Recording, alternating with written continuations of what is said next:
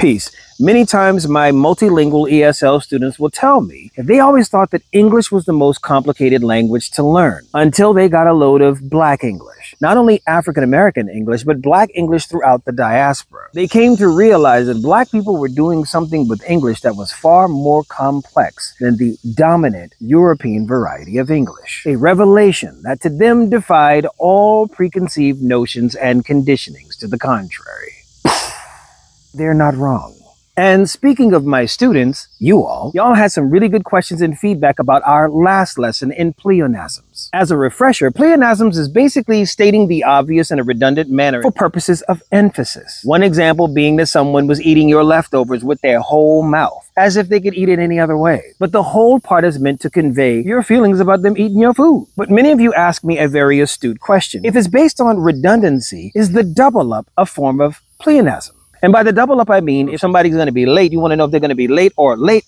And while that is a form of redundancy, no, it's not pleonasm. The linguistic term for the double up in Black English is typically going to be epizeuxis or reduplication. Epizeuxis. It's from the Greek word meaning fastened together.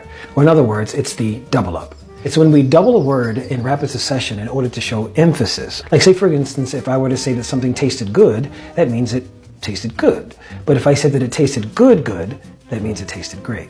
Epizeuxis is a form of reduplication utilized to show emphasis, but reduplication is not relegated to showing emphasis. It may also redefine a word or show quantity and even be used as a term of endearment or to express sentiment. Epizeuxis is a form of reduplication, but reduplication is not relegated to epizeuxis. Aside from asking about the redundancy, y'all also ask about stating the obvious. Like when we see someone wearing pinstripes and we think that they look nice in the pinstripes, and we say, okay, pinstripes. Or if the person who's wearing pinstripes is getting on our nerves and we say, shut up, pinstripes. In both instances, we are stating the obvious in the text, but the subtext is clearly suggesting something more than what we're saying on the surface. That would not be an example of pleonasm. That would be innuendo. Innuendo tends to be either spicy or petty. For example, if you are great at baking and I innocently say that I'd love to taste your pound cake sometime, and you say you could taste my pound cake anytime. And then there's the petty.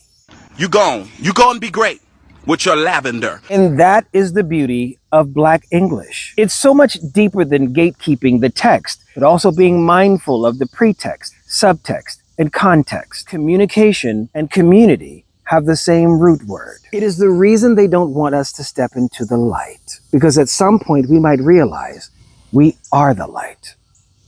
We out, ya.